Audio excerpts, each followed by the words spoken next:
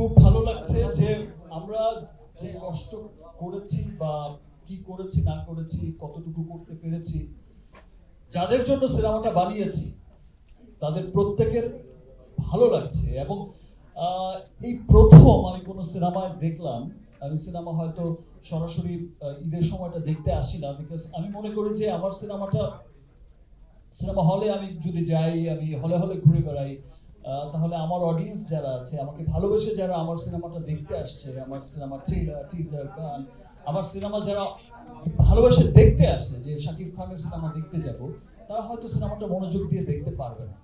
হয়তো আমাকে দেখবে, হয়তো এখানে ব্যস্ত হয়ে যাবে, হয়তো গণমাধ্যম আসবে, সংবাদ মাধ্যম আসবে, সিনেমাটা সিনটা মিস হয়ে যাবে। বাট এটা আমি কখনোই চাই না। দ্যাটস ওয়াই আমি বাসায় বসে থেকে থেকে রিভিউজ দিই, যে কেমন রিভিউজ হচ্ছে, সিনেমার খবর কি।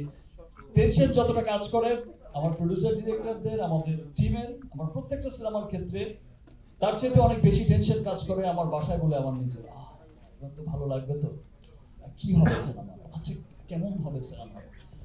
বাট আমি খুবই আনন্দিত হয়েছি, আমার এত ভালো লেগেছে যে আমার ক্যারিয়ারে তো এটাই প্রথম সিনেমা, যে সিনেমার এক হলে না, অনেক হলে মিডনাইট শো চলছে।